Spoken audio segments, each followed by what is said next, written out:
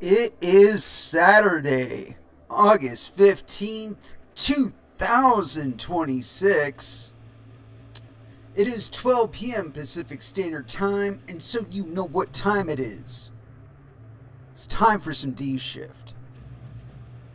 And as we've been anticipating, the Bitcoin has been tanking and not quite off the cliff in full free fall yet, but I'm looking forward to it personally. I know that I know some of you might feel differently because you just bought at the wrong time, and well, you know, we all get wrecked. Everybody gets wrecked in crypto.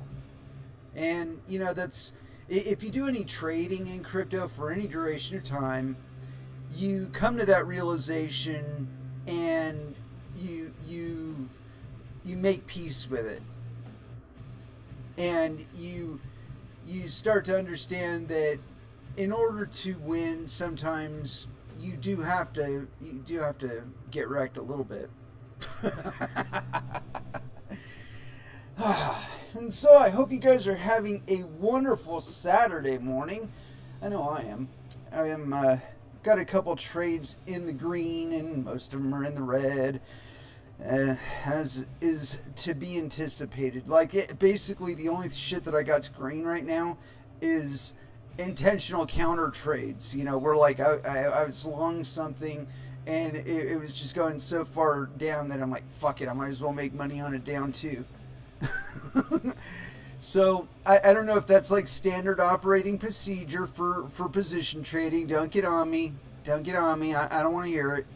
The fact of the matter is, I'm very, very new to position trading. I've been a limit trader this entire time, just been buying the coins, sitting, getting wrecked, and then selling the coins when they would go rocket sauce, as I anticipated they would. But, again, that's one of those things, you just deal with it, I mean, I'm holding on to Verge. I've been holding on to Verge since it was 3 fucking Satoshis. You think I feel bad that it's like 0.2 of a penny right now? Fuck no. All that's profit. So, whatever. You learn to get relativistic about it, It's like, I'm a Verge user. I anticipate that I'll be a Verge user until there is no more Verge or I cease to exist. One of the two. And so, what its current price is, you just kind of, on a long enough timeline, it's all worth 0. So, and also on a long enough timeline, it's also worth more money than you've ever had. Well, that Verge has been worth more money than I've ever had twice. It's worth shit now, but that's beside the point. Point being that you get a long enough perspective with regard to crypto, and things look a lot different. The certainty of what I've been talking about with the idea that Bitcoin mining will go back to the miners, including all transactions as received, and including everyone from the block interval. It's gonna fucking happen. And I categorize it as faith only because I've seen a lot of projects rise and fall, and really didn't see that result happening. However, I also take heart with the knowledge that every one of those was a renegotiation of the idea that you want a block size limit. Now, if you really thought about it and you considered what the block size limit does and how it's affected Bitcoin, if you had the option to include it,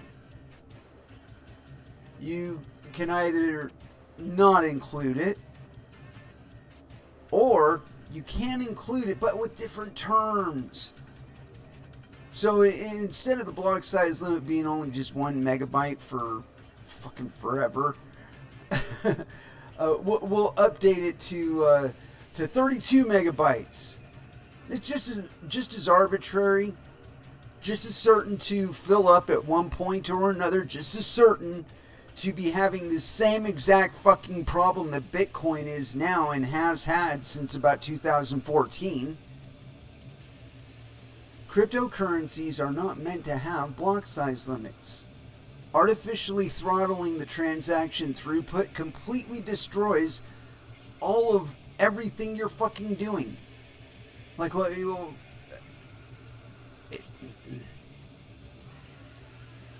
And basically resets you back to where you do need trusted third parties. If only to hold on to the coins or pretend they have the coins until the coins have supposedly transferred from one person to another. And it's finally settled on the quote-unquote blockchain. I wanted to title this Copium Dreams because there's a lot of cope in crypto. And it's felt by pretty much all entities involved.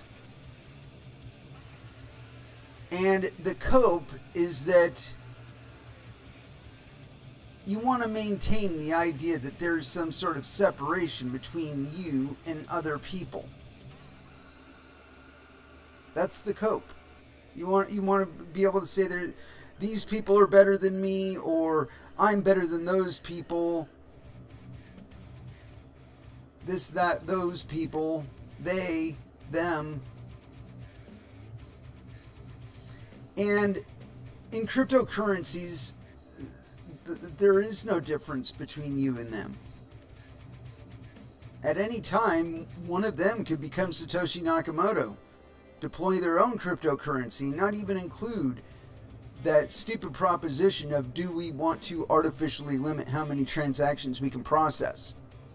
I mean, like, really, if when Bitcoin was initially given to us, when Satoshi first put it out there, do you think anyone would have bothered to sign up if they knew there was an upper limit to how much money they could make?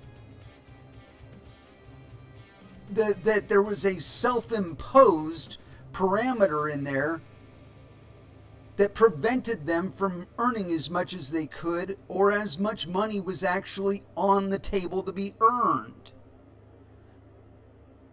Everybody would have laughed him out. No, we're not going to go for that shit. That's why the block size limit wasn't set to be enforced until 2014, because you had up until then to get oriented with what Satoshi actually presented you. And at any time, we can go back to that. If you enjoyed using Bitcoin when you could actually do a Bitcoin transaction on Microsoft's fucking website, if you liked the way it operated back then, be a fucking miner. Don't enforce the block size limit. Throw your big blocks out there. See what happens.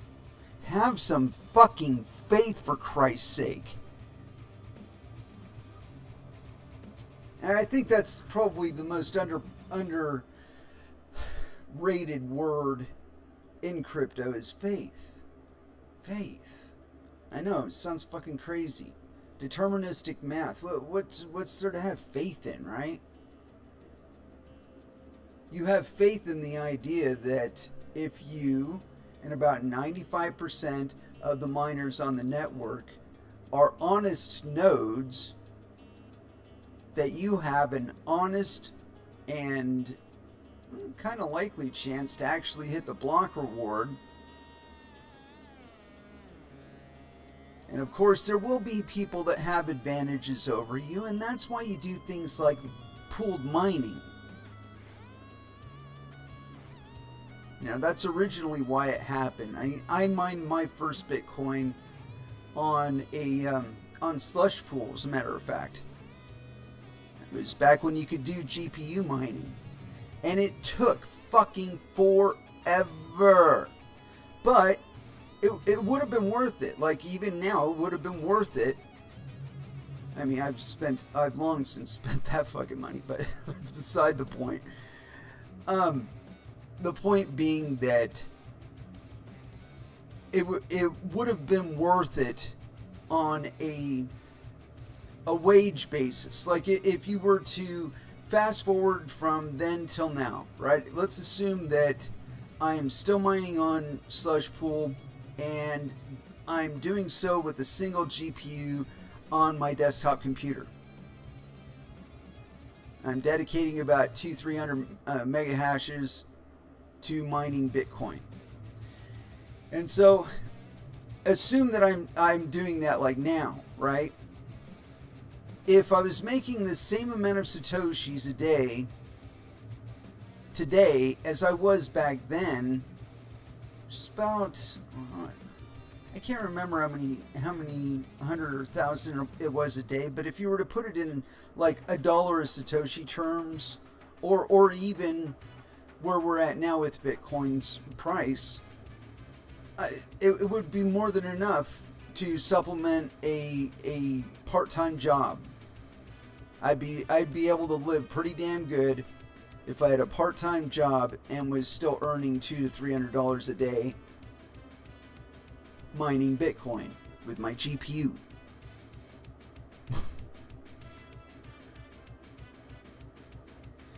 And I mean, that's the kind of reality that Satoshi is offering us.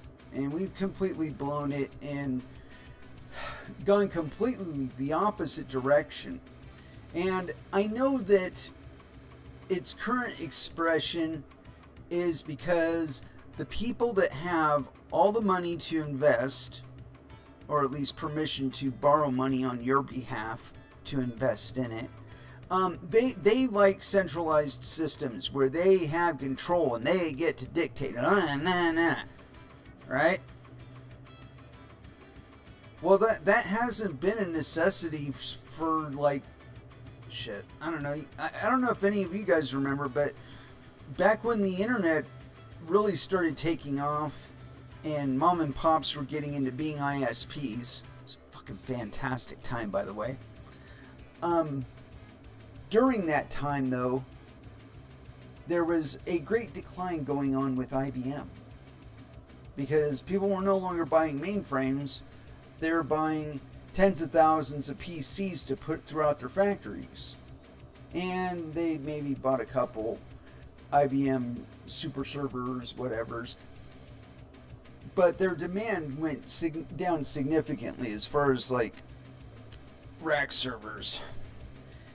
And a lot of it went and got shit canned because people were doing stuff that didn't require specialized hardware setup.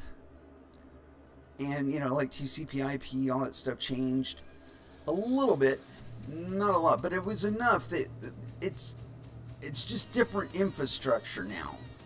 Okay, a lot more of it's wireless. And you can't even imagine how much ground space and hardware and stuff that just eliminates. But it does. And there are reciprocal effects in the economy. Well, we're going to see the same thing happening, and I see a lot of progress in LLMs, and mostly the stuff that I pay attention to is the local LLMs, because it's my contention that a lot of the necessity for a tech moat, it only exists if you're actually trying to have a service, you know, or sell it as a service. Not if you actually need to use AI to do anything, though. Like, basically your computer, I imagine, has enough computing power capacity to be able to see to all of your AI needs. You know, designing shit, looking shit up on the internet, keeping track of shit. You've got more than enough computing power in your desktop to handle that. So, imagine that whatever AI that you're using, you know, you're using Anthropic or whatever, that you're hosting it in your computer, if you're not already. Where does that leave Anthropic and their necessity to have these huge ass data centers to do all the work? You know, you got Kimmy Lime fucking version 26 or whatever, and it's public, it's open source. You know, UC Berkeley is the lead development group on it, whatever. But the point being that software can always be upgraded and improved faster than hardware. And so if your business model is built around a hardware-based moat, you're going to lose to people iterating software so that it makes up the differential between the stupid-ass CPU in my desktop and the Vera Rubin whatever that you got stacked in some data center somewhere. And I know it sounds fucking crazy, but it's happened several times now where massive data centers full of computers were uprooted and replaced by a few desktops. You know, and there's just this group of people They've got it in their mind that computing's got to be something that we feed to you with the fucking spoon, and we're the ones that are holding the spoon, and you got to do what we want you to do with it, and fuck you. Fuck you. Bits and bytes work just as good for me as they do for you. My bits and bytes are just as good as your bits and bytes.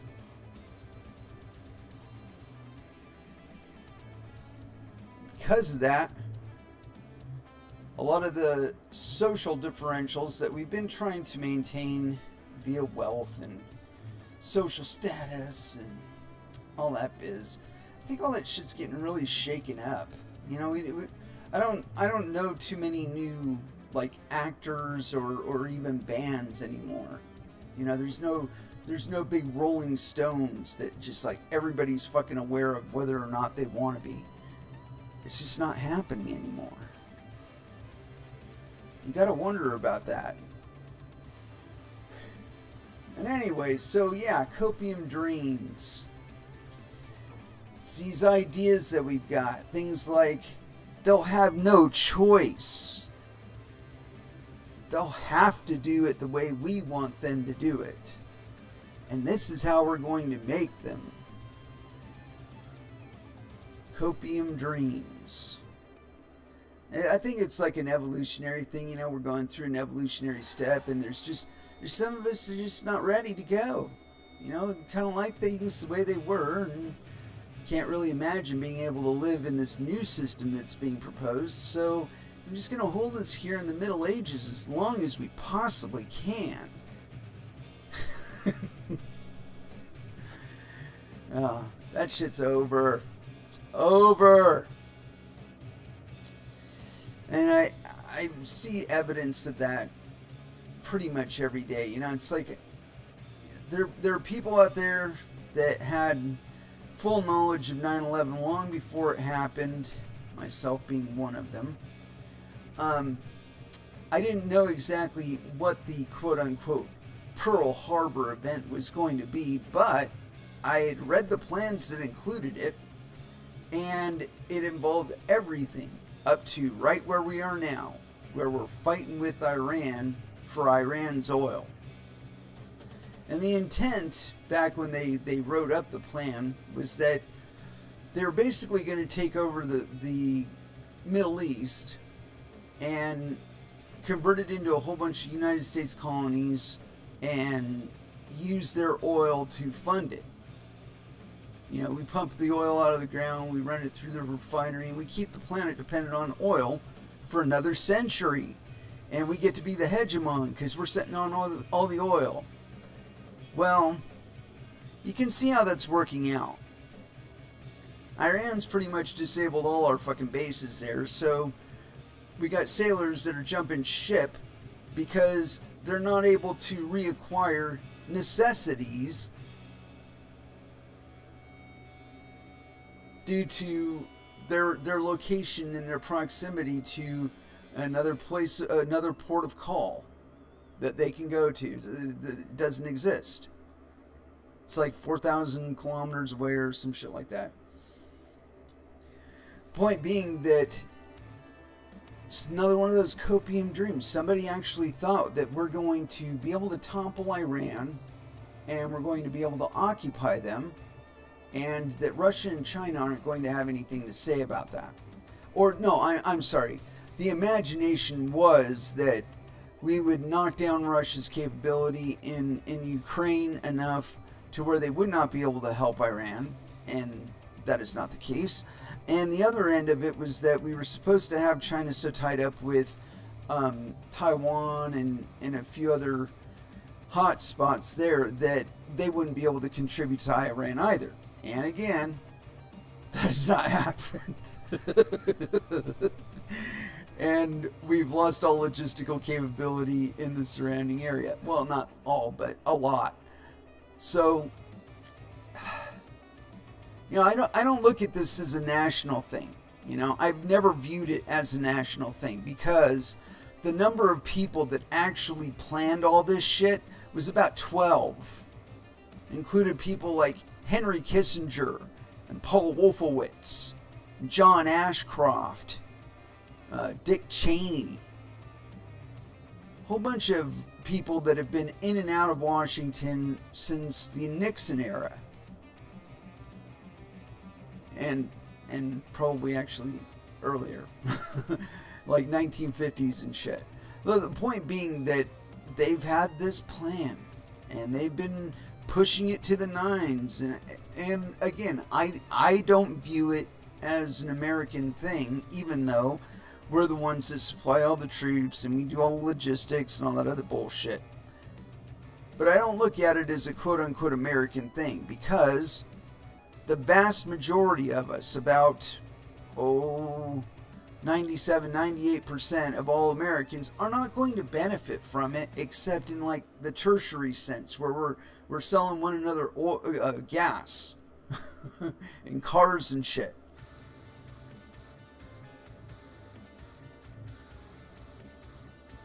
Well, you just got to think of the audacity of that whole proposition. You're gonna keep the planet dependent on oil? Who the fuck are you?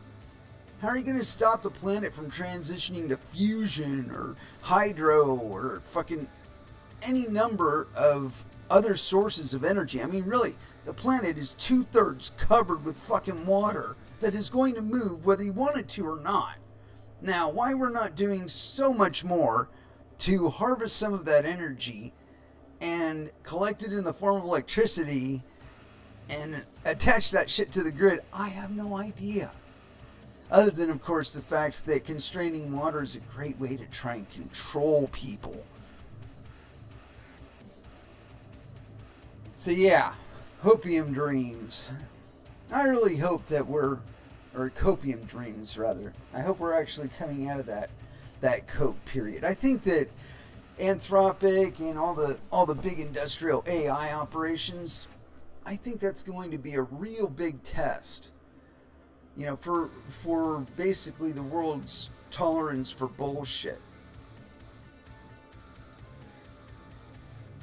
And I think that the world doesn't accept a whole lot of it, honestly. Not even us. I think if we see it on the table, we want to get rid of that shit. You don't want it around stinking out things. But yeah, so Bitcoin, eventually the mining is going to go back to PCs, but it'll do so out of necessity. And we've talked about that a little bit before, where I believe there is going to be a catalyst, most likely governments attacking one another's mining facilities. But there will be a catalyst where, I think I saw something that Trump did, I think an executive order or some note or something, basically categorizing data centers as military targets. And I think they've already been that for quite a while, honestly. As a matter of fact, I believe the deep strike that we did in Iran close to a year ago, I'm not 100% certain, but I would be willing to bet that was a mining facility. And there are a couple reasons I say that. Number one, a major drop in hashing power. I mean, the network lost like 2 exahashes in a day. And it didn't even take a day, it just went... But that's only part of it. The other part of it is I'm noticing a bit more hesitancy with regard to new mining facilities. I'm not hearing about Marathon running all around the planet looking for places where they can buy up cheap energy and ship miners into. I'm not hearing that. And so it's led me to wonder that, maybe that new designation has got landowners, they look at that, they see that as a liability. It's like, oh, wait a minute. So you're saying that at some point, like an ICBM can drop out of the sky and blow us the fuck up because we're a military target now? Yeah, I don't think I want that on my property. You know, that additional liability, or, you know, oh, wait a minute, you're saying there's maybe a fleet of drones is going to come and attack the facility at some point in the future? No. No. And so, you know, again, we talked about centralization from the very beginning. First is liabilities to Bitcoin itself, and of course us, but also to the greater economy. Again, you know, if your mining facilities are owned by your government and are a military target, that means that, say the rest of the world decides not to use Bitcoin, but they do decide to attack our Bitcoin mining facilities that we've got abroad. Now all of a sudden, whatever hashing power you were depending on in like Oman or Qatar or Dubai or some shit like that, it's gone. It just got evaporated. Now what the fuck are you going to do? You can't move your money anymore. So that's why centralization is a bitch. And that's why Satoshi designed and intended Bitcoin to work on PCs. Not even new PCs, old PCs. Because he knew that at some point, if we're using a digital currency and it's dependent on an infrastructure that can be seen from space, that it would most likely be targeted by a military and made inoperable by either a military and or your government.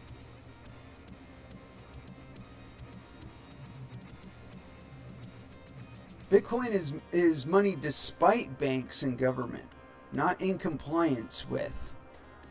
What we do is 100% legal and always has been.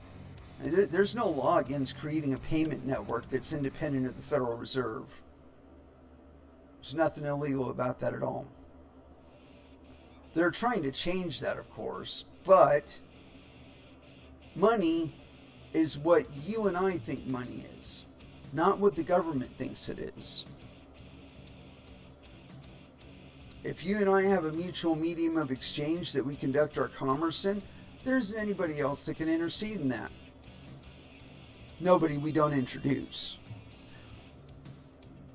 Now, of course, if US dollars are involved, now the Federal Reserve is involved. To some extent. At least in Bitcoin, they're involved in how much they're willing to give up in order to buy Bitcoin, but that's about it. It's not a real issue other than, of course, the fact that Bitcoin is creating competition for them. And that's the real thing right there, is that this is a competition that is not dependent on your government at all. It's entirely dependent upon you and how you value things. Isn't it amazing having that much power? I know, I think it is. You know, I've enjoyed what I consider to be the closest to free market capitalism since I got into crypto. And you know, I want it for the rest of you.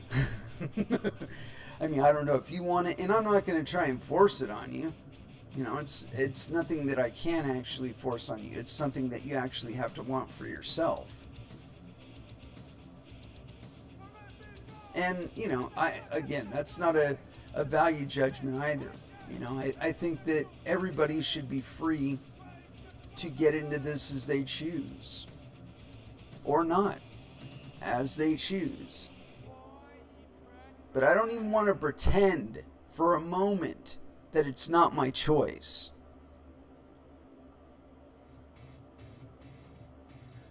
Because that's where you start failing. Oh, you know, I'm doing it because so-and-so's doing it. Or no, I'm doing it because I want to. Anyway, got a whole bunch of articles we are going to get into today. But for the moment, I'd like to play some music so I get a sip of something. hang out for a minute and then get back to it. And so as far as music goes, let's see here. There's one in particular that I've been looking for, and I haven't actually been hearing this thing play it. I gotta wonder if it's actually in the list. Well, I'll look for it, but for right now, let's go with some Blackberry Brutality here on the D shift.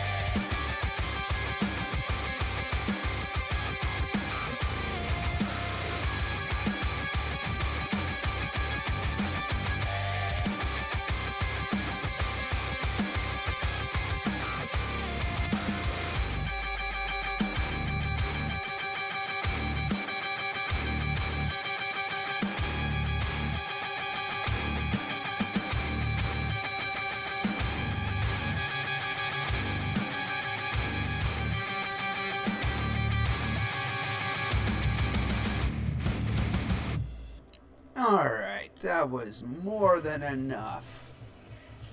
Yeah. As far as what else we're going to get into today, and a whole bunch of shit. And this is another one of them copium dreams we were talking about. And I imagined it would shake out like this, and I imagined that to some extent Micah is also going to go through this, that we are going to see stable coins such as USDC and USDT continuing to be used throughout the Eurozone in exchanges and whatnot, whether or not they're actually compliant with Micah. And this is why. This is on reclaimthenet.org. France's top court kills the under 15 social media ban. The highest court of France has today blocked a bill that banned social media access for those under the age of 15. The court ordered that the social media digital ID law infringed upon freedom of expression. The decision is a major blow to President Emmanuel Macron, who supported the legislation and was trying to encourage other countries to follow suit, but is a win for privacy and free speech. And we can read the order, which we may actually do. I don't know. Depends. The controversial bill would have banned those under 15 from opening a social media account, and it would have come into effect from September 1st. Accounts that were already opened by September 1st would have had to be closed within 4 months, and platforms have had to introduce age verification systems which curb privacy. Quote, by prohibiting minors under the age of 15 from accessing certain online services, the law inherently requires every person, even an adult, to prove their age before accessing them. That was France's Constitutional Council today, just 3 weeks before the law was due to take effect.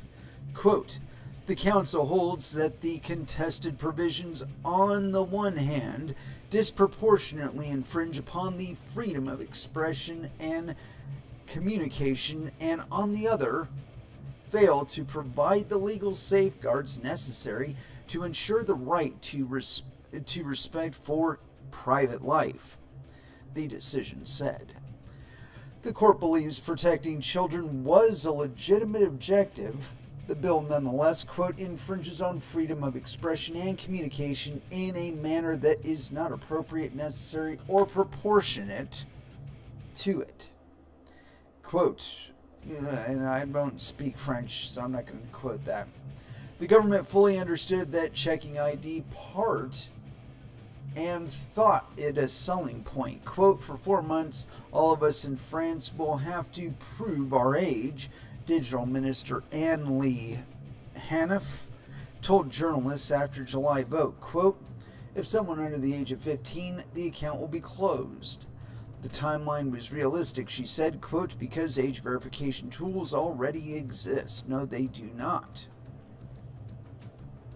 Lawmakers had failed to set out clear rules on how people should prove their age and what limits should apply, meaning there were not enough legal safeguards in place. Bullshit. Never mind. As part of the bill, no one under the age of 15 could have opened an account from September 1st. Platforms had 4 months to close those already open, and they would also need to use age verification approved by the French privacy regulator. Like, put fucking Facebook in a complete and total standstill in France. Give me a break. France moved quickly on this and tried to push the model on everyone else. Quote, this is not about whether children can access social media. It is about whether and when social media can access our children. European Commissioner President Ursula von der Leyen told reporters in Brussels last month, pledging an EU-wide ban after an expert group recommended restricting under 13s.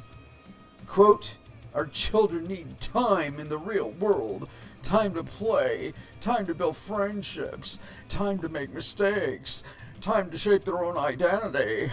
Their own personality before an algorithm shapes them instead. Give me a fucking break. It's like these people imagine you don't have a fucking brain. Britain's parliament was expected to vote on similar measures by Christmas.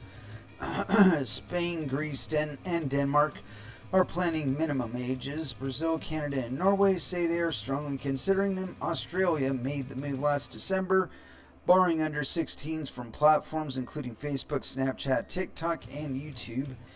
And its lawmakers are weighing stricter penalties for data showed mixed success. The platforms themselves, quote, generally oppose blanket bans while saying they would comply. And that's about the best you can expect, is lip service. And the truth is, an intent 8-year-old will fucking find a way, dude. I mean, whether they gotta, like, gank their neighbor's Wi-Fi or they'll figure it out. Now, would you rather have kids that are, like, having fun on social media and talking to one another and shit there, or trying to figure out how to gank your next door neighbor's Wi-Fi? I would rather have them chatting on Facebook and whatever and having fun there, rather than trying to hack. Now, I'm not against them hacking. I'm just saying, it's necessity is the mother of invention. And so, if you're trying to lower the amount of furtive activity, you've got to keep the barrier for entry non-existent. Because, like, as soon as you drift away from people's own sense of honor and responsibility and that kind of thing, you start imposing restrictions on people that are neither reasonable nor actually provide any security, they're going to get furtive on your ass. That's all there is to it. Continuing. Article 1 of the French bill was the only part struck down. The rest of it still stands, including the school phone ban. And it's not over yet. Macron has told Prime Minister Sébastien Lecornu to rewrite the ban, quote, as quickly as possible so that it is enforced before the spring of 2027 election he cannot contest. The next bill will have to be to explicitly say how everyone's proof of age is collected, held, and bound. Dude, this shit isn't going to go anywhere. Earlier this year, Macron urged teenagers to turn off their devices and read in order to become better citizens. Yes, stay ill-informed. Don't communicate with other people. Fuck. These people are such a joke. I'm really, really glad this is like the last generation of these ridiculous fucking people that we are going to have to deal with. Like, I imagine the people that would be in place to replace Macron in France, that they'll be younger, and they will have had most of their life in relative freedom online.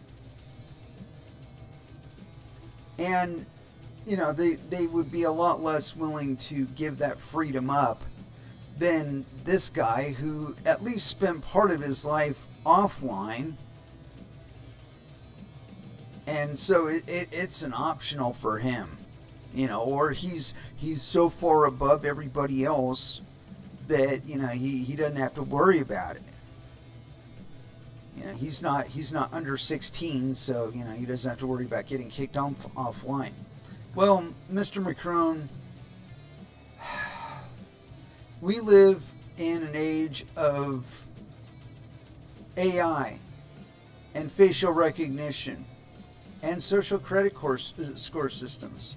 And I know that, efficiency being, the efficiency of electronics being what they are, that a lot of these things, there's at least, like, root elements of it distributed throughout all of our systems now.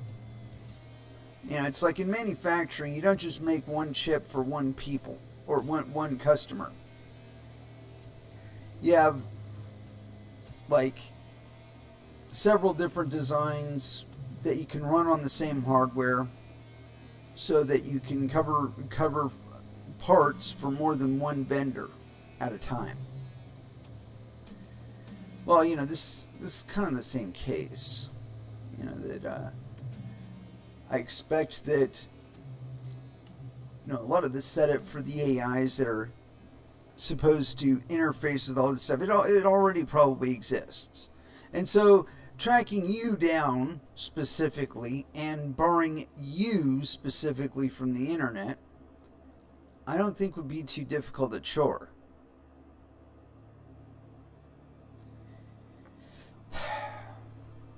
Of course, then you'd have to get furtive.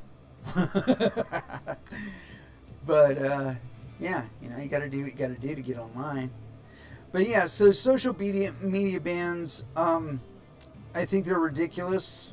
And if you want to see what the next iteration of social media looks like, and file sharing looks like, and cryptocurrencies looks like, look to the children. Because these age limits, what they're really going to do, it's not going to get kids to not be online. They're going to figure out a new way to gather together. Things like ICQ. Uh-oh. That shit still exists. Still works. The technology still works. There's nothing about the code behind ICQ that, for whatever reason, just no longer functions. I mean, if you have to, you can make it go over Bluetooth or some shit like that. But there's utility for that stuff. People actually want that stuff. And I can guarantee you, there are apps out there right now that people are using to get around social media bans. And they're not honoring any age limits. And France, or at least Macron, is blissfully unaware of it. And that's pretty much the way it's going to stay. But, after a while, they will hit a critical mass, though. Meaning that there'll be enough utility in what they develop that it draws the attention of adults. It's inevitable. Adults will probably even help them design and build it. And this reminds me of a friend of mine. We were just talking the other day, and apparently his grandson has decided to build his own browser because there's something with Google or whatever he doesn't like, and so he's like, you know what, fuck it, I'm just gonna make my own browser. I mean, just the thought that was inspired in the mind of a kid that young, to me that's heartening. Okay, this asshole in his social media ban, okay, that he's trying to push on the whole planet, it's probably not even his idea. But it's going to push those kids that are talking about things like building their own browsers. And they're going to build their own fucking social media app, and they're just not going to tell you about it. Of course, you'll find out about it inevitably because you'll want something that happens to be on their markets, like maybe ecstasy or some shit like that. And yeah, it'll become a dominant player.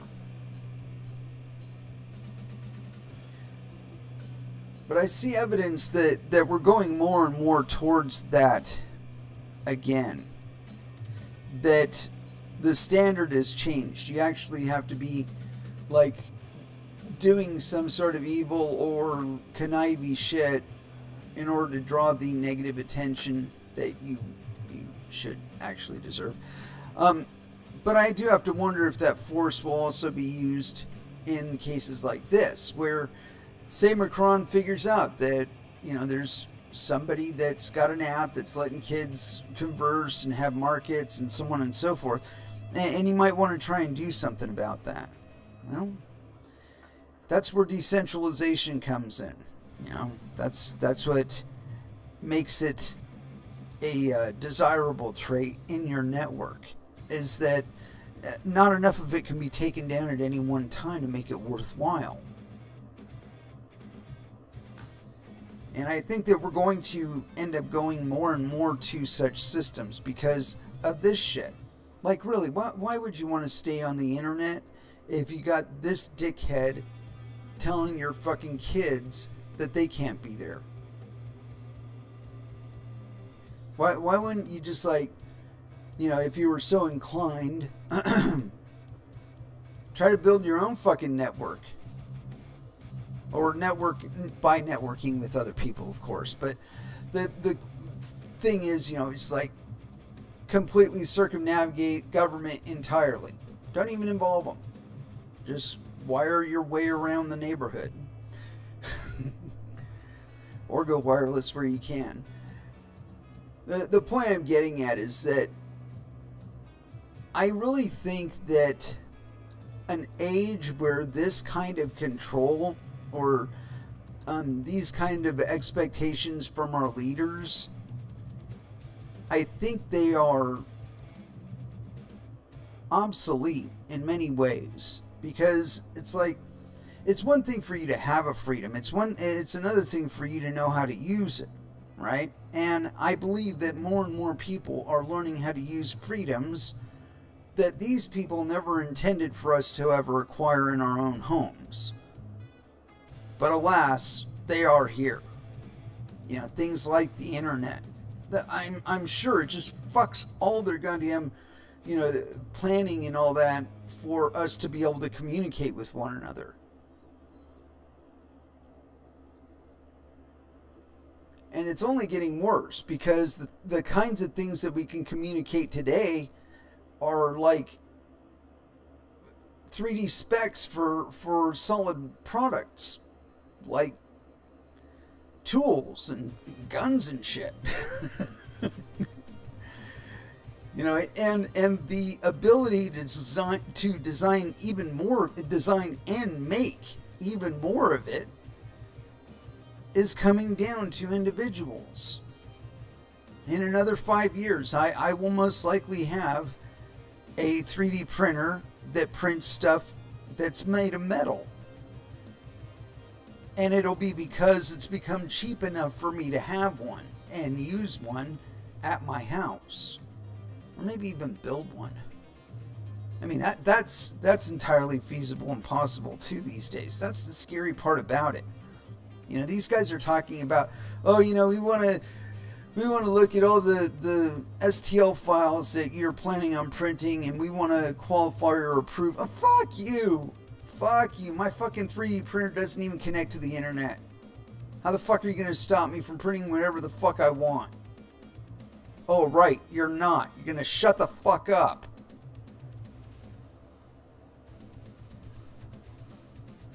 And really, that's how I feel about it. That the capabilities coming down to the hands of the average person these days are, in my estimation, so far beyond the expectations of people like Macron or even Trump. Even though I think he's pretty far ahead of the curve, I don't even know that he could fully conceptualize. Like, I don't think he would have agreed to like half the shit that he agreed to during his first term if he could see coming what I can see coming.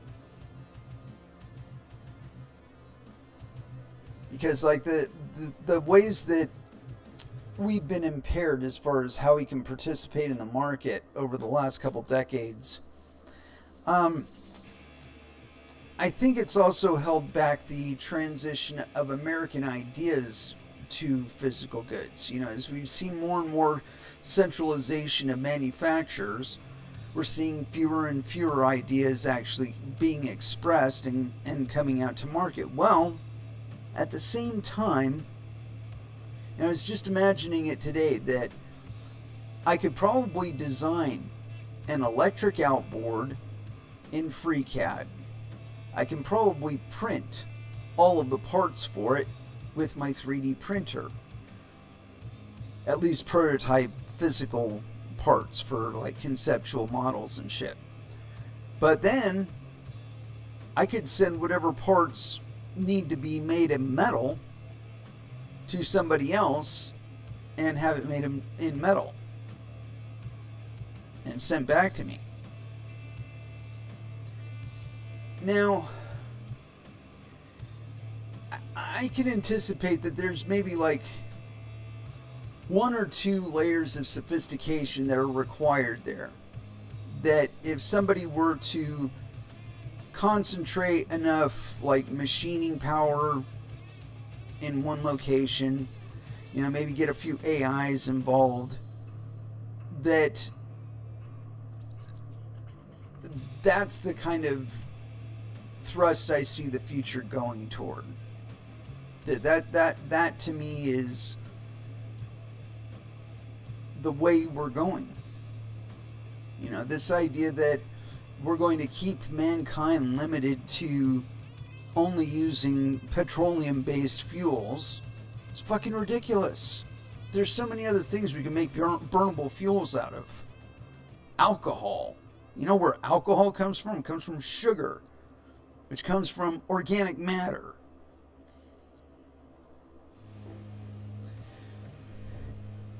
But it can be rendered into fuels. So, you know, again, this is a battle that it's like an evolutionary step that we've been trying to circumvent and we haven't gotten around yet. That is going to basically redefine freedom for people, I think. You know, things like growing your own food. You know, it's like, okay, so you've managed to replace me at a manufacturing center with robots and AI, but I'm still alive, so my food's got to come from somewhere. Maybe I could be using AI and robots and a little bit of room I've got to grow my own food.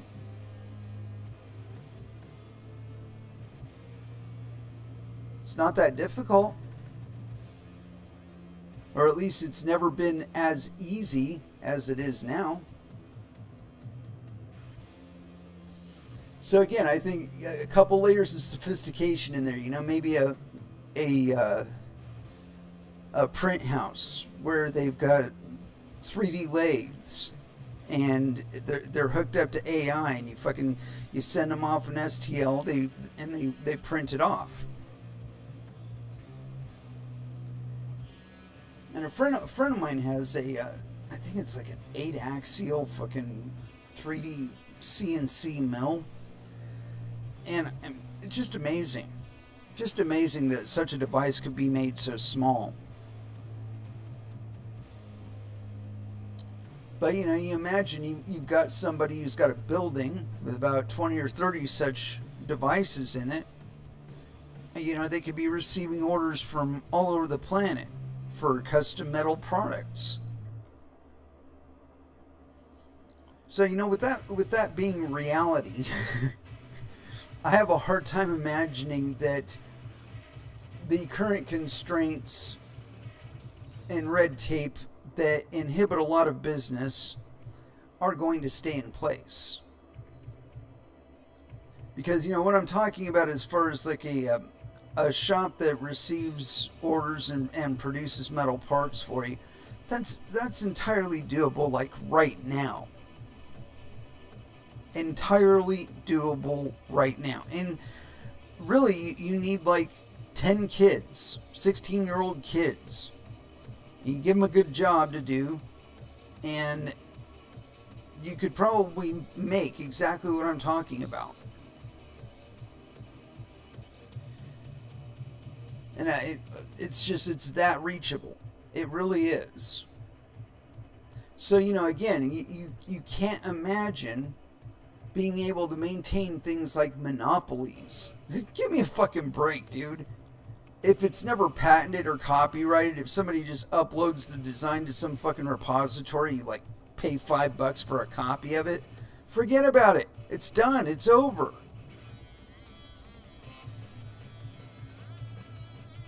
You know what I mean? And good luck to you with your fucking embargoes and shit. No.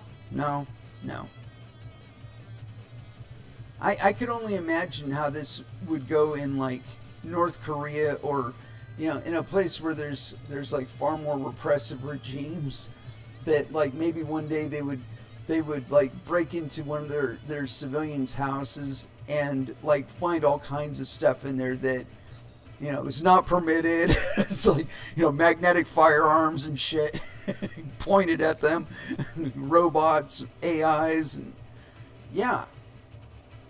I imagine it's probably going to go down that way somewhere in the United States sometime. That the feds will get wind that somebody's got a mech on their property or some shit like that. And they'll raid it. The mech will kick their ass. Oh, one can dream. One can dream. But the possibility of something like that, I don't think has ever been more possible. I mean, supposedly in China you can buy a mech for like $650,000. And, I mean, it didn't have any armor on it or anything like that. No jetpack. But it was a fucking mech. I mean, you put that guy that made the Killdozer, I can't remember his name, but you give him that mech, I'm sure he'd come up with something scary. Anyway, so yeah, France, top court kills under 15, social media blame, good. I saw something on Thursday, made me think that AML KYC might be going away. And it was, oh shit, what was that? I want to say it was like the U.S. Treasury or something, that they were relieving this requirement for companies to find out, or to define whether or not they have like a beneficial relationship with an individual or some shit like that.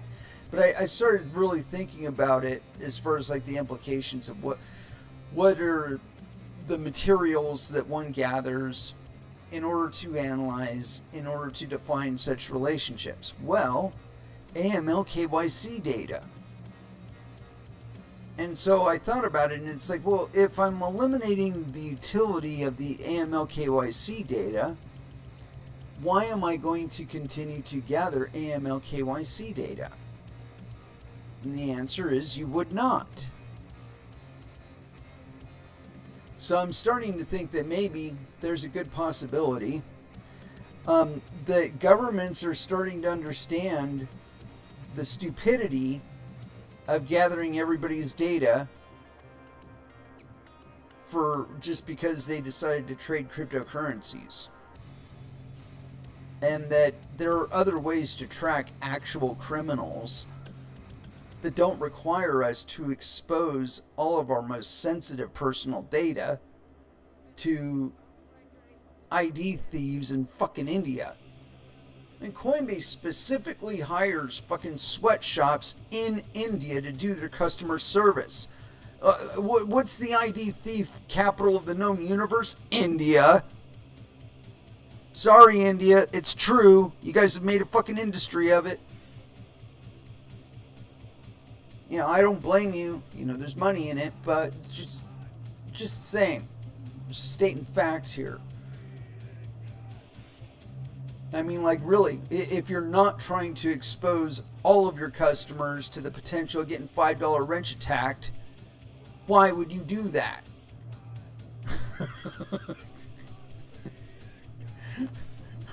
I mean, I can think of a lot of other areas I'd be more than happy to be hiring competent customer service agents who I am confident would not be stealing my fucking customers' data. But anyway, so yeah, I'm starting to think that there's a good possibility that they are becoming aware of the danger that they are introducing to themselves and others by even bothering to gather that shit. It doesn't help in criminal investigations at all. All of the necessary data to assist you in a criminal investigation is publicly available as is. So why the necessity to associate a taint like that? Fuck you. Anyway, continuing. I got this thing on the block.co. CBOE seeks SEC nod for first US 3x Bitcoin and Ether ETFs. And, I'm sorry, this just caught my eye. Terribly curious. This is by Daniel Kuhn. It was authored on August 14th, 2026 at 3:01 p.m. Eastern Time. CBOE BNZ Exchange is looking for U.S. Securities and Exchange Commission approval to list a suite of leveraged commodity exchange traded funds, including 3x daily Bitcoin and Ether products.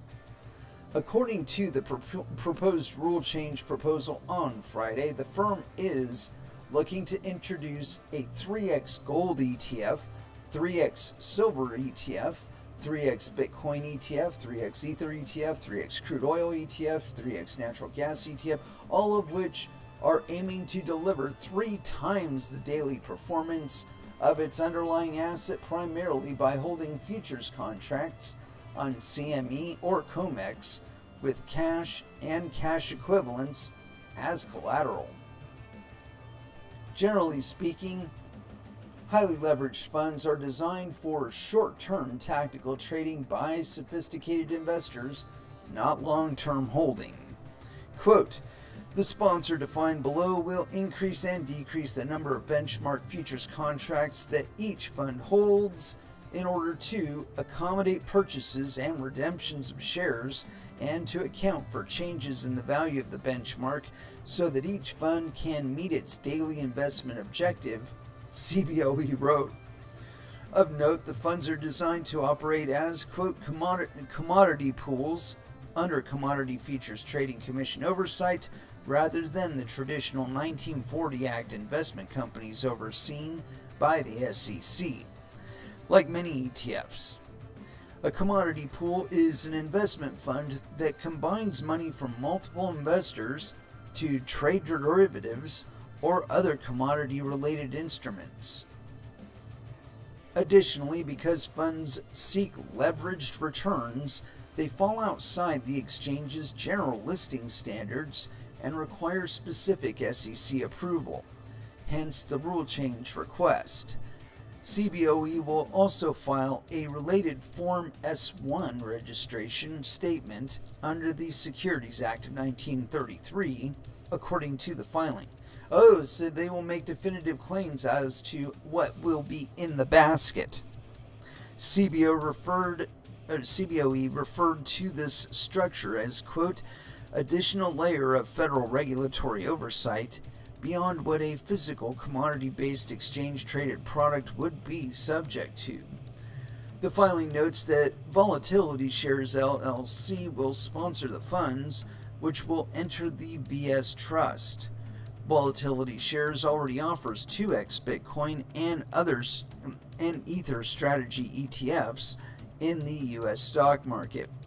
Leveraged Shares debuted the world's first 3x and negative 3x Bitcoin and Ether ETFs in Europe last year. Dude. Yeah. I don't know what to think of this one. I think if they're that hard up for liquidity that they're talking about 3x returns on gold. Yeah, they're desperate, and I can't imagine what they're throwing the money at that's so volatile that they can actually afford to meet these daily performance requirements. I can only imagine what it is. Anyway, let's go ahead and throw back down with some music. And there was a specific song I was looking for. No. No. I'm very tempted. Very tempted to play that one. Patterns in the Sky. Here on the D shift.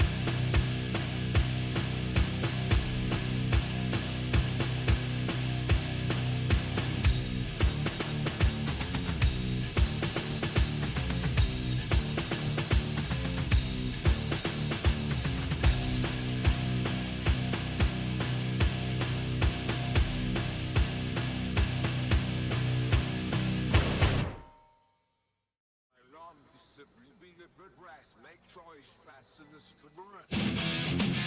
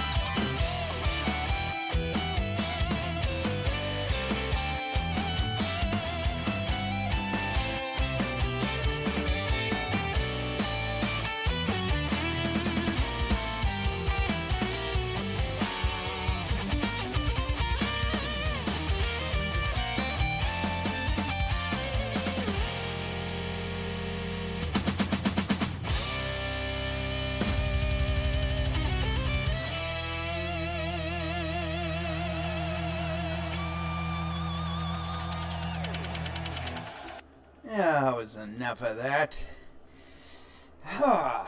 And so, trying to keep from boring the hell out of you guys. Thank you very much for joining me today, by the way. I really appreciate that. Anyway, I do have more articles that I wanted to get into. And yeah, here's one of them copium dreams, alright. You know, a lot of people during this time of the cycle have difficulty letting go. You know, they've lost a lot of money, they bought at the top, and you know, but they're looking at the chart and they're saying to themselves, well, there's a likelihood that I'm probably not going to see Bitcoin at 63,000 again for probably another 2 years.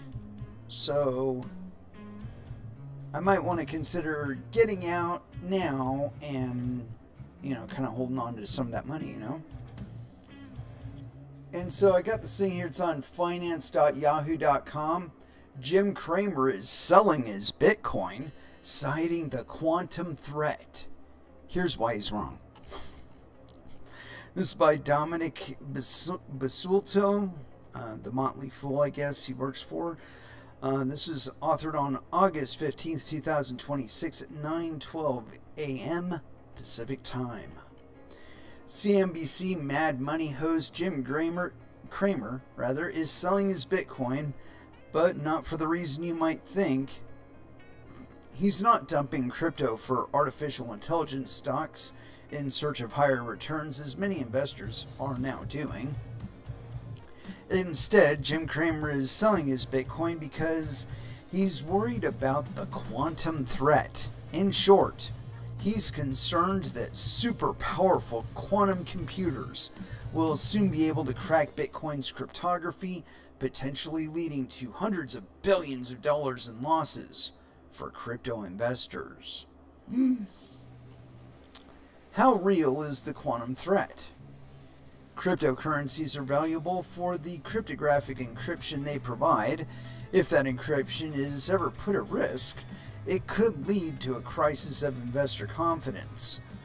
That's why the so-called quote-unquote quantum threat posed by quantum computers has been percolating around Bitcoin for nearly a decade now. The good news is, today's computers, no matter how powerful they are, have no realistic chances of breaking Bitcoin's encryption. But what about tomorrow's computers? That's what has Jim Cramer worried. Earlier this year, the quantum computing research unit at Alphabet made headlines when it suggested that Bitcoin might be at much more risk than ever suspected. As much as 1/3 of all Bitcoin in the world might be at risk, and the threat, far from being some far-off science fiction reality, might actually materialize within the span of just a few years. Not really. No wonder then that a number of high-profile investors have already thrown in the towel on Bitcoin. Cramer did so after IBM CEO Arvind Krishna appeared on Mad Money to comment on quantum computers and the quantum threat. However, plenty of investors think the quantum threat is way overblown. Some think that the threat is decades away. Even if the threat is just several years away, that should give the blockchain developer community plenty of time to update Bitcoin's cryptography for the quantum era. Absolutely unnecessary. Post-quantum cryptography for Bitcoin. And indeed, that appears to be happening with Bitcoin right now. In July, a consortium of more than a dozen firms led by Coinbase Global and Strategy announced efforts to boost Bitcoin's cryptography to combat the quantum threat. All told, more than $15 million has now been pledged to fight the quantum threat and to protect the Bitcoin blockchain for future generations of investors. That leads me to think that many of the current fears about quantum computing have been hyped to an unrealistic level. If you lived through the Y2K Millennium Bug Hype bonanza, you'll know exactly what I mean. People thought the world was going to fall apart as soon as the year clicked from 1999 to 2000, but what actually happened? Nothing. With that in mind, I'm still bullish on Bitcoin.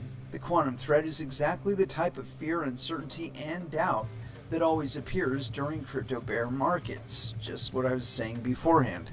For now, I'm ignoring this threat and focusing on Bitcoin's long-term growth trajectory. Should you buy stock in Bitcoin now? No, you don't buy stock in Bitcoin. You either buy Bitcoin or you buy something else. Before you buy stock in Bitcoin, consider this. The monthly cool 10 best stocks, blah, blah, blah. Consider Netflix. It's not a stock advisor. Oh, there's comments. Let's look at the comments. Thomas, why would anyone want to buy Bitcoin? Waste of money. For the moment, maybe. Oscar says the same reason you buy gold when it doesn't produce yield. Ignorant clown. Pfft. And then Advocat says Kramer is right. No, Kramer is not right. Kramer is never right. Not once, not ever. I think he's meant to get it wrong. I think he's supposed to get it wrong. There is no quantum threat. None. It doesn't fucking exist. It's imaginary. Somebody thought it up as a bullshit example, and like they didn't mean it, but somebody took them seriously. And so we've been kicking it around ever since.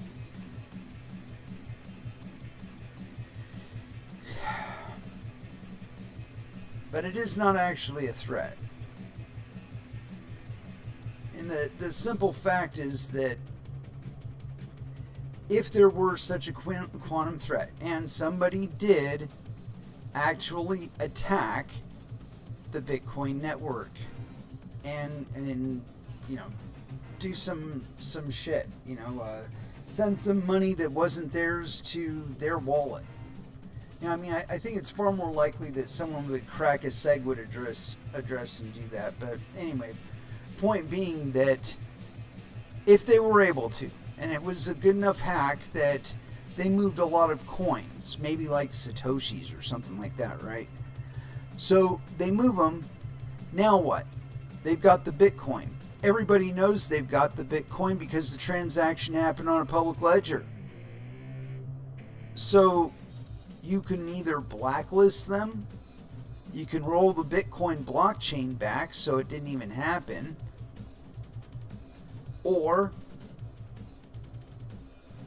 I don't know. I don't think that the attacker would be able to liquidate the funds fast enough to make it worth it, basically. And that's kind of the security thing for Bitcoin in general, is the inability to attack it in such a way and get the rest of the world to go with it. Anyway. And this is on CoinDesk. Why the world's second largest Bitcoin mining power is shutting down rigs in its capital city. This is by Francisco Rodriguez, and it's edited by Aeon Ashraf. I guess this was about 5 hours ago. Crypto mining was banned in Moscow, the surrounding Moscow region, and parts of Kursk, with the restrictions set to run through December 31st, 2032.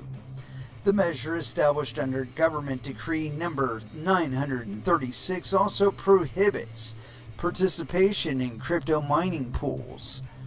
The decree was signed on July 25th and published on July 31st, local media reports. Russia as a whole accounted for an estimated 175 exahashes per second, or 16.4% of Bitcoin's global computing power in the first quarter, according to Luxor's hash rate index. That placed it second behind the US, although it's unclear what capacity was located in the newly restricted region. The country's energy ministry said a year-round restriction was needed to reduce the risk of power capacity shortages as energy-intensive mining facilities connect to regional grids. Mining currently consumes roughly 1 megawatt in the Moscow power system, while the region's data center capacity could reach 3.6 gigawatts, or 17% of peak demand, by 2032, Interfax reported after the decree was first signed. Mining is also linked to the country's Western sanctions. Russian companies had been using domestically mined Bitcoin in the international payments after legal changes designed to counter Western restrictions, Finance Minister Antov Silnulov said in December 2024. Legislation passed by Parliament in July maintained Russia's ban on domestic crypto payments, but preserved exemptions for foreign trade settlements and transactions involving mined cryptocurrency, keeping the mechanism available as sanctions restrict conventional payment channels. Adding to that, the U.S. Treasury sanctioned BitRiver and 10 subsidiaries in 2022, saying Russian mining companies helped the country monetize its energy resources and could offset the impact of sanctions. Russia legalized registered crypto mining back in 2024 before banning the activity in 10 regions through March 2031, citing electricity demand. Year-round restrictions were later extended to southern Irkutsk and and most areas of Buryatia and Zabaikala and Krai, whatever that is. So it would seem that Russia and their government are going through the same kind of fantasies that China went through. You know, there's still a significant amount of mining that's done in China. And I would say not all of it is state-backed. And I would also go so far as to suggest that in reality, if you were to go throughout the Chinese countryside, as unified as they claim to be in their rule and whatnot, I would imagine that there are a great number of Bitcoin mining facilities out there that nobody but the operator actually knows about. And for the most part, the Chinese government probably sees it within their best interest to just leave them the fuck alone. And so I would imagine the same is also happening in Russia, because there have been so many sanctions and trade restrictions placed on them that I don't know, they've always struck me as a very enterprising and opportunistic people.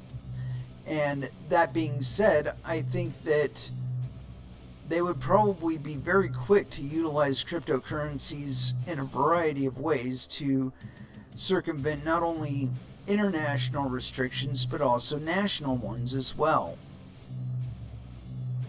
And so as far as any of these restrictions that governments put on their people like that, I always look at them as something that's only going to be selectively enforced. Meaning that if you just got a few ASICs and you're doing a small operation, you know, you're making a couple $1,000 a month or something like that, they're probably not going to fuck with you. But, you know, if you happen to have a hash farm and a place they can send cops with guns to point at you, that would, of course, change. We talked about this for like months and years before Bitcoin even came out, that these kind of threats would be ever present in crypto and would threaten to disrupt it.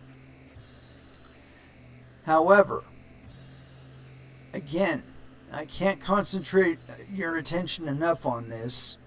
Satoshi designed Bitcoin to run on PCs. And this is exactly why. Because as their enforcement capabilities go up, where they can do things like send drones and robots to your fucking mining facility and fuck with you, the necessity to make your operations small and yet still functional goes up.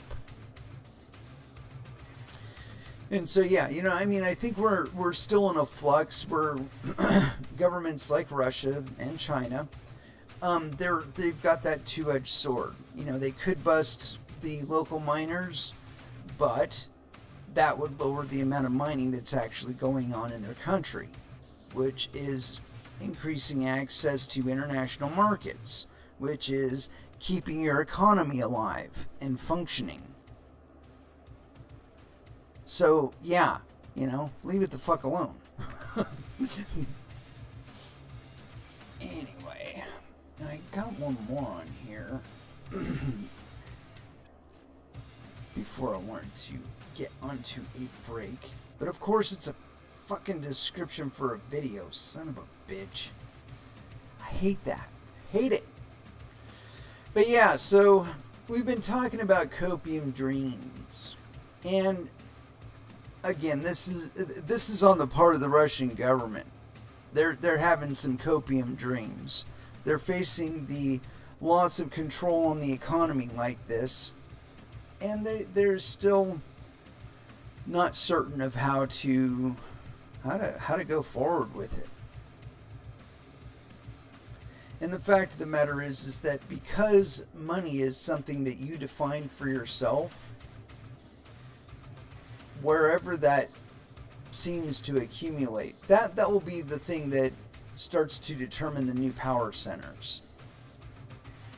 So like places where Bitcoin mining is freely permitted and encouraged, and cryptocurrency mining in general is highly encouraged. That's the place that's actually going to get ahead. And I think that probably the next 2 to 3 years, that's the process that we're going to be going through, where governments and banks, they're looking at the return on investment of doing things one way versus another way, and they're going to start seeing that, well, regulatory capture in crypto really isn't positive because it actually inhibits and chills economic activity overall, not just in crypto. So the more permissive we get on this, the more money people will make, and the higher level of economic activity will happen, the higher number of taxable events will happen, so on, so forth.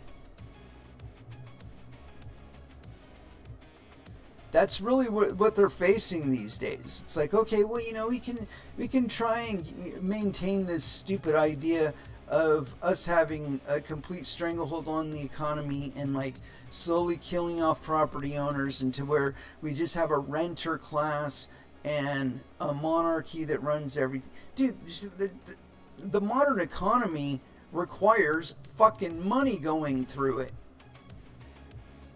And not just from 0.00001% of us spending their fucking money down to the rest of us. I mean, this should have been obvious by about like 2016 that the existence of crypto and the ability of monetary value to transition into and out of and create more value in between caused the economy to be able to grow to what it is today. It wouldn't have been possible without it. On the trajectory that the central bankers had us on, we would have been where we're at with this fucking war with Iran, but it would have been because the demand for oil was so high that we're chasing supply of it all over fucking planet Earth and liberating it. And to some extent we've been doing that, except we've been doing it kind of like proactively, like getting ahead of it a little. But even so, I expect that a lot of the black market and gray market oil that's been coming into the market is starting to get legitimate owners behind it. And as that happens, the taxation, regulation, red tape, all that shit goes up. And so the associated costs with acquiring it go up as well. And the number of places that we're able to invade and just steal from is gotten pretty fucking low. So yeah, fun times ahead, definitely. But I don't expect that the rest of the world is going to accept the current tenor of things as being the new term for like civilization. Because inevitably we're killing customers out there. That's not good to do if you're trying to encourage the growth of the economy, you know? Yeah. And so, yeah, Bitcoin mining power, energy. Yep. They only claim to be shutting down rigs in Capital City here, but I would imagine that the demand will stay high enough that they'll continue mining elsewhere. Like they wouldn't plan a transition like this if they didn't already have somewhere else they were going to be making the money. So yeah. Anyway, Russia, they're in my mind they're kind of an enigma where it comes to crypto, and I hold China in the same light that they've both gone through the full Monty of government saying, oh, we're going to ban it entirely. Oh, well, maybe just a little. Oh, okay, well, maybe I'll totally let it happen. You know, and they vacillated through those phases so many times that I really have to wonder about, like, the purpose of it and whether or not it's something that will continue in the future. I don't think it will be.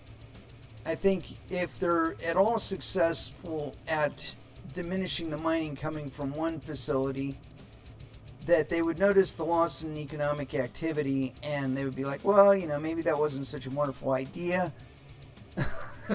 Maybe we won't do that in this restriction until 2030.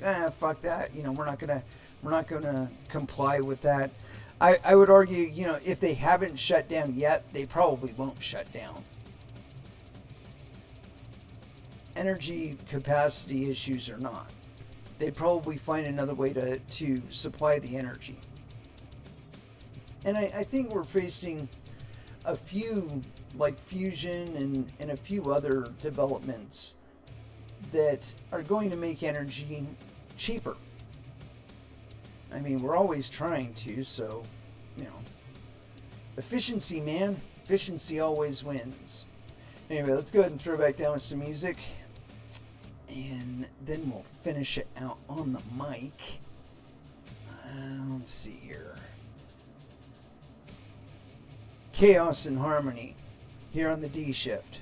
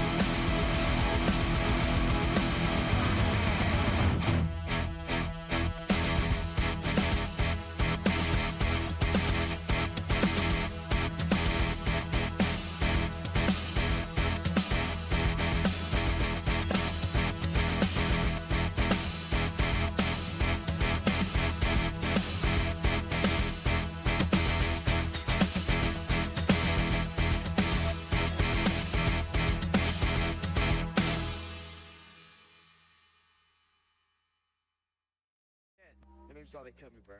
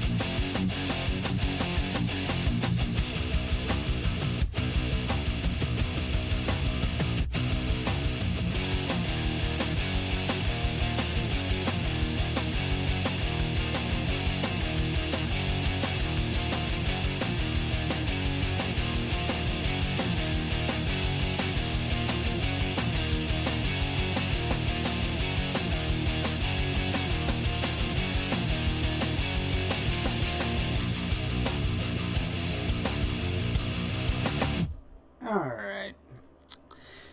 And so, yeah, like I pledged to do, I'm going to go ahead and finish this one on the mic. And, yeah. And so I do have a couple more articles that I wanted to get into today. And I saw this one and I gotta wonder, is this a copium dream? I don't know. So this is on investing.com. Bitcoin price holds near 63,000 as selling pressure offsets regulatory progress. And this is by Simon Mugo. And it was authored on August 15th, 2026 at 5:41 a.m. And son of a bitches. Oh. Maybe it'll let me actually read this fucking thing. Okay, maybe? Yeah, okay, cool. Investing.com. Bitcoin traded slightly above 63,000 on Saturday. Little changed over the past 24 hours as corporate selling, delayed U.S. regulatory action, and weakening technical signals outweighed strength across equity markets. The world's largest cryptocurrency was trading up 0.2% at $63,092.80 as of 15:31 Eastern Time. Its failure to follow U.S. stocks to record highs pointed to crypto-specific pressure rather than a broader retreat from risk assets. Strategy, the largest corporate holder of Bitcoin, sold 1,690 Bitcoin, worth about $108.6 million, according to Blockonomy. The transaction added supply to a market already struggling to regain momentum. Sentiment also weakened after the U.S. Securities and Exchange Commission postponed a planned innovation exemption for tokenization projects, extending uncertainty over when the new blockchain-based financial products could receive some regulatory relief. Technical analysts are watching 63,220 as a key weekly level. A close below it could turn former support into resistance and leave Bitcoin exposed to further losses. Investors are also waiting U.S. personal consumption expenditures inflation data on August 26th for signals on interest rates and risk appetite. Longer-term adoption developments offer some support. Grayscale said government deficits, wider blockchain use, and changing portfolio preferences among younger investors could increase Bitcoin adoption beyond the current bear market. The asset manager argued that persistent sovereign debt may strengthen demand for scarce assets. It also pointed to growth in tokenized securities, stablecoins, and regulated investment products as links between crypto and traditional finance. On the regulatory front, the Office of Comptroller of the Currency granted preliminary conditional approval for World Liberty Trust Company to operate as a national trust bank. The Trump-linked firm plans to assume issuance and custody of World Liberty Financial's USD1 stablecoin from BitGo, subject to further pre-opening requirements. The approval drew fresh criticism from Democratic lawmakers concerned about President Donald Trump's crypto interests. Trump is also expected to attend a White House meeting with crypto, prediction market, and AI executives on Wednesday. Leaders from Coinbase, Ripple, Gemini, Robinhood, CME Group, NASDAQ, and Intercontinental Exchange, are among those involved in the administration's new innovation committee. Crypto prices today. Altcoins mostly mixed on Saturday. Broader crypto prices were mostly mixed on Saturday, even as Bitcoin edged higher.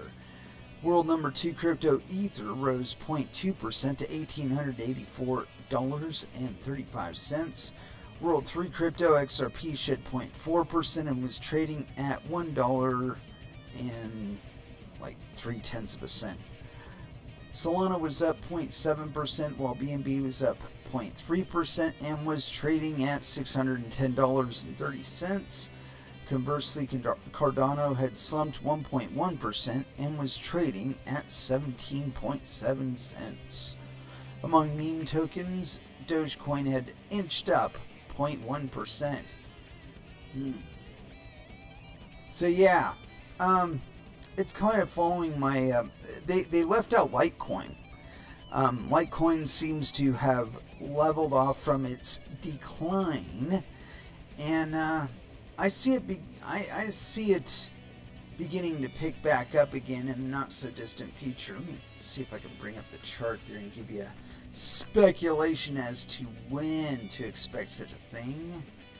Come on, type in there. There we go. LTC and USDT is currently at about $44 and 8 cents. A little bit of a bounce up. Oh wow, holy crap. I had a buy order in for it at $39.19, and this is how tricked out I think this fucking thing is, dude. It got down to $39.40 and then went back up. It missed my buy order by 21 cents. It's just fucking ridiculous. Anyways, and I would have made money on that too. I'd have made $6 a coin. Anyway, it may come back down again. I doubt it will, though. I think that we've probably hit the bottom on Litecoin, and that we're going to continue to go sideways for just a little bit, and then it's going to shoot the fuck back up again. And I want to be there when that happens. But yeah, there's usually a period of desperation and depression and just not happiness that precedes another good run on Litecoin. And yeah, just looking at the chart, you can see where it goes through these massive spikes. You know, this chart I'm looking at started in 2018, and Litecoin has been around since like 2012, 2013. So, you know, we've had time to see its rhythms. And so where it's at right now, I think we're going to go through a parabolic cycle with Litecoin. Like, if you look at it from 2018 until about 2023, that's the kind of interval I'm expecting us to have. Because it basically, on this chart, it ended on August 22nd, 2023, and then it went into a more depressed run, but nonetheless, it still got up over $130. It's just the previous run, it had gotten up to 410. And see, I think we're going to have another one of those parabolic runs. See, that what started that one back in 2017, 2018 was the increased cost of just using Bitcoin. I had one transaction in 2017. It was the last time I actually used Bitcoin as money. And I was trying to do a withdrawal from a Bitcoin ATM, and it was taking 2 forevers, and the transaction fee was $22 on an $80 withdrawal. And I'm like, okay, I'm never using Bitcoin again. And the next time that I was in the area getting ready to do another withdrawal, I used Bitcoin Cash instead. And that one was actually pretty wild, because I did that like all right there. I had a special wallet. I'm not going to name it because wallets tend to get attacked if they get named on a show. So I'm just not going to name it. Anyway, I was using this specific one that allows you to exchange from one coin to another. And it has it like built in. And so I exchanged the Bitcoin for Bitcoin Cash on it. and then I sold the Bitcoin Cash on the ATM for US dollars.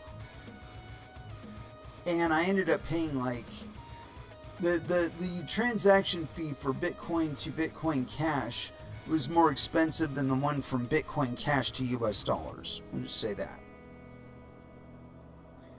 But like I said, after that I just stayed away from Bitcoin. My first Bitcoin transaction was free. No transaction fee at all. So, my expectations are a bit different than the rest of you out there. See, I think things are supposed to improve, not get shitified as time goes on. But if you look at Bitcoin, that's exactly what's happened to it. Where the majority of the miners that are currently dominating the network are in fact selfish mining tiny blocks. And they've been doing so since about 2014. It's not going to last forever. No attack ever does. And it is because, and Satoshi laid it out, he said it, and people mistake, I think they mistake it due to the tenor of the sentence. But it's not a suggestion. He says that miners should find it most profitable to play by the rules.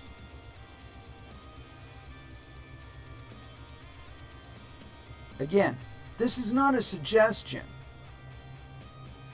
It's play by the fucking rules. Because the rules are established a certain way, the economics are set up a certain way, to do things a certain way. And because of that, if you don't follow the rules, you are going to run out of money. Because the only way for Bitcoin mining to be profitable is if the transaction fees increase over time in volume. If that doesn't happen, the miners go broke because they can't make enough money on the block subsidy to keep the fucking lights on. They're spending an average of like $80,000 a coin, whether they mine the fucking thing or not. And that's happening every 10 minutes. Again, I don't care if you are the money printer, which I would be willing to bet is pretty close to the truth. But even if you do print the Federal Reserve note, you're going to end up printing yourself into dilution, trying to continue to cheat at mining Bitcoin. People wonder what the super hyperinflation catalyst is. That's what it is. It's organizations going to the Fed with their hand out, or the Fed just creating them, and then selling it off. And then they subsidize it for 3 to 5 years after they've sold it, and then they go kaput. That's why Marathon is going to AI now.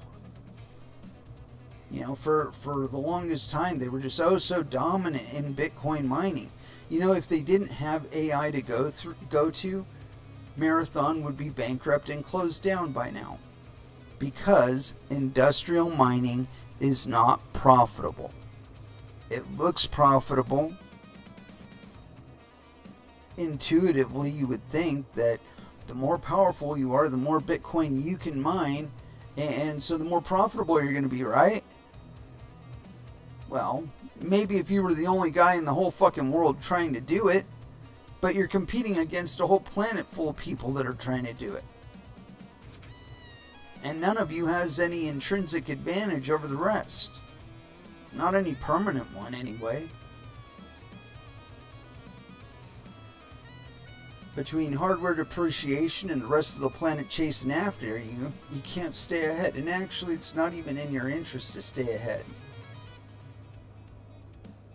Because the more people actually have Bitcoin, the more people can spend Bitcoin. And that's how miners are supposed to be making their money, is people spending Bitcoin. So yeah, Eventually, the miners will go back to including all transactions as received only because it is the only economical way to maintain Bitcoin into the future. I mean, block rewards should be tens if not hundreds of Bitcoin per block every 10 minutes. And I know that sounds fucking crazy, but it's because all you people look at is the fucking block subsidy. The part that you're going to get no matter what. You don't look at the potential transaction fees you could be earning. Especially not you monkeys that are planning blocks like 6-7 blocks in advance. Get the fuck out of here. If you were really mining Bitcoin, you wouldn't be able to do that. Because all of the transactions you've received would be included in the next block. And so how do you plot the block after that? You can't. You have to take the transactions as you receive them, just like everybody else.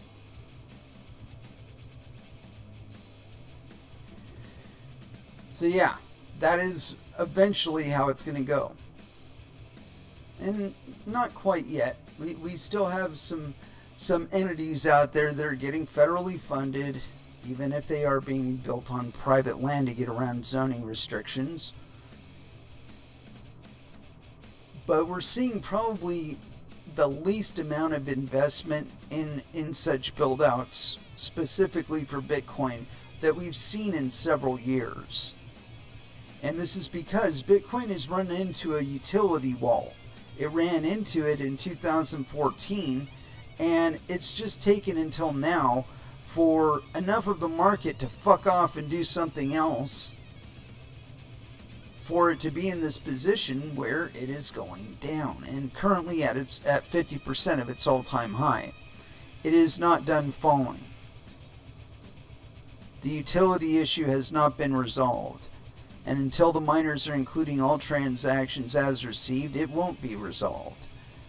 But I imagine that sometime within the next 3 to 5 years, between Bitcoin halvenings, because we're coming up on another one here soon,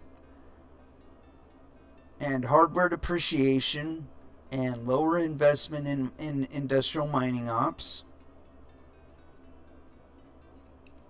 and also on top of that, mining operations becoming military targets, I expect we are going to see that transition back to a more decentralized future for cryptocurrencies. Now, one thing I find kind of exciting is governments have been talking a lot about putting things quote-unquote on-chain. Now, I've never heard any one of them describe exactly what quote-unquote blockchain these things are going on. Are they going to go on a side chain of Base, which is itself a side chain off of Ethereum, which I think is also a side chain off of a proof of network? Anyway, is that what the fuck is the blockchain underneath? Who's mining it? What incentive do they have to be correct about what they're doing? And all of these aspects of crypto are going to be revisited, only it's going to have some sort of federal government association.